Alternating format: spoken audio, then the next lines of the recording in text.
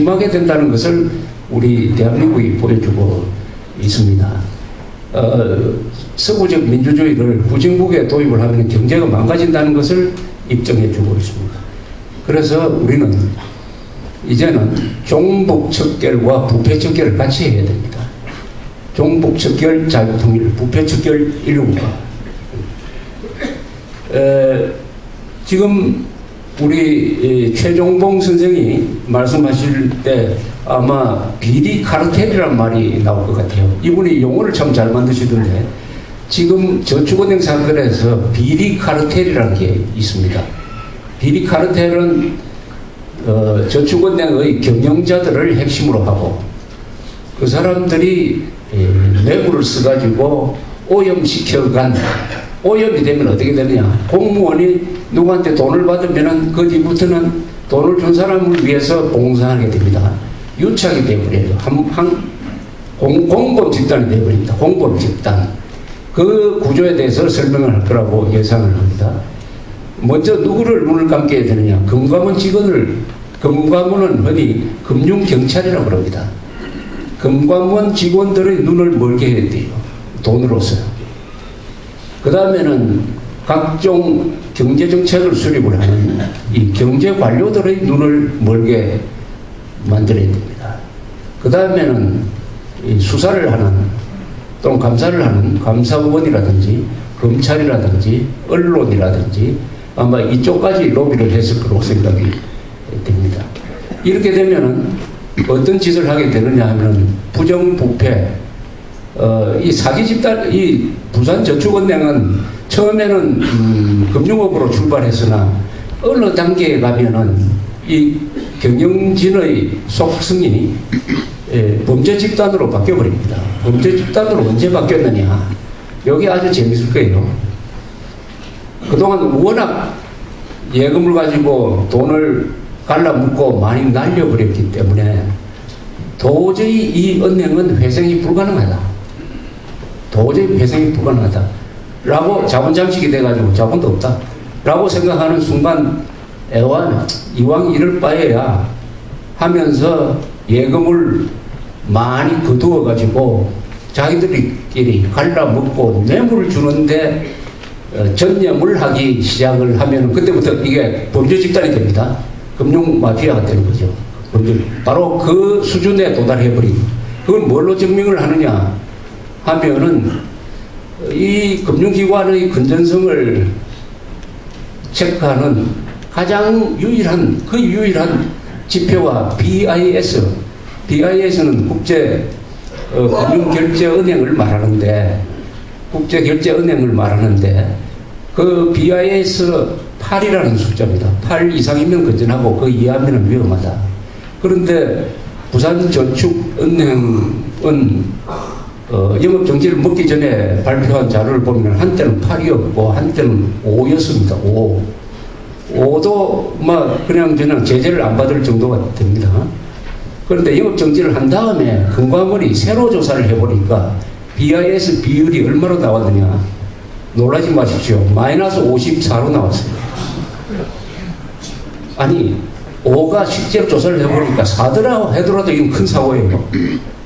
그런데 5가 갑자기 마이너스 54가 됐습니다. 완전 자본 잠식이죠.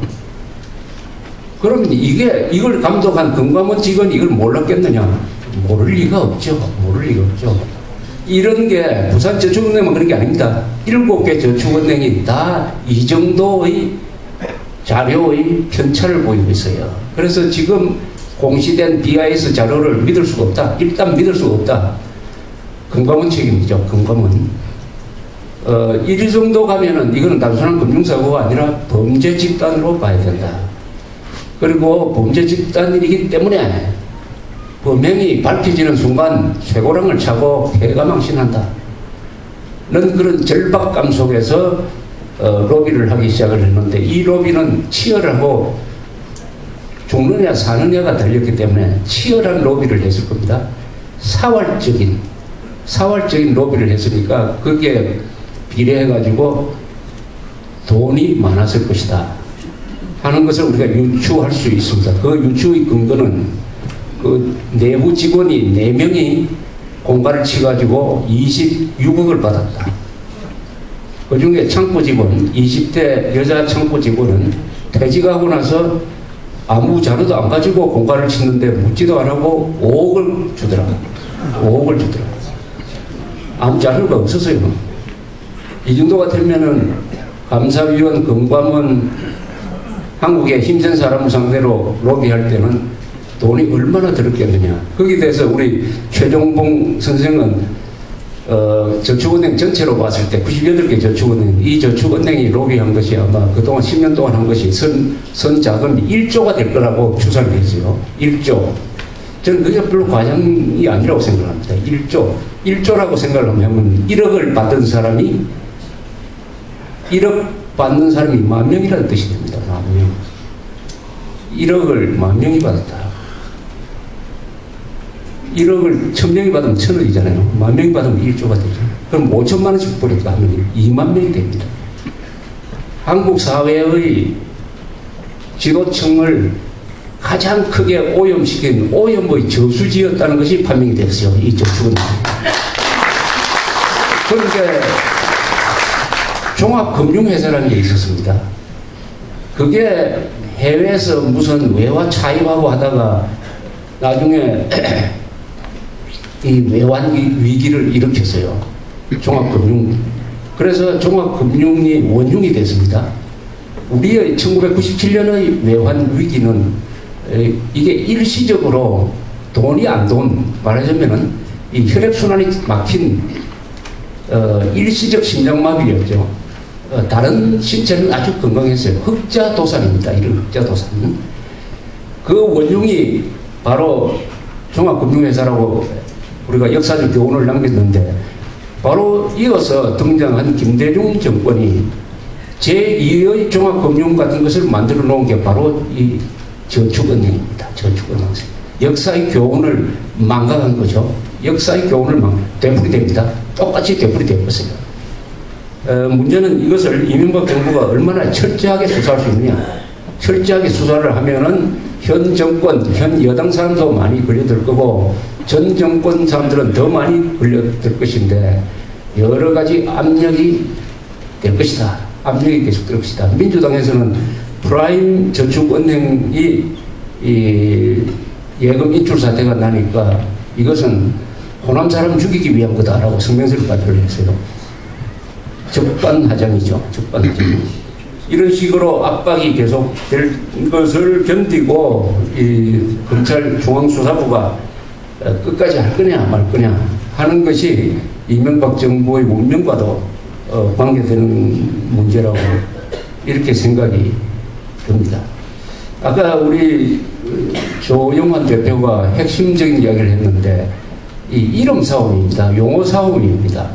이 좌익들이 가져간 용어가 5개가 있습니다. 진보, 민족, 민주, 평등, 평화 요것을 가져가서 무기로 쓰는데 그러면은 종북 세력들은 항상 거짓말을 180도로 하니까 그자들의 정체는 이 5개의 말을 거꾸로 돌리면 돼요. 진보가 아니고 수구다. 민족이 아니라 민족 반역이다. 민주가 아니라 독재 세력이다. 평화가 아니라 전쟁 세력이다. 평등이 아니라 차별하는 자들이다. 이렇게 보면 됩니다. 그러니까 좌익들하고 우리가 논쟁을 할 때 제일 조심해야 될 것이 인사치레로 좌익들이 하는 주장 중에 하나를 받아가지고 그거 참 일리가 있습니다. 이렇게 인사치레를 했다가는 완전히 손을 들고 맙니다.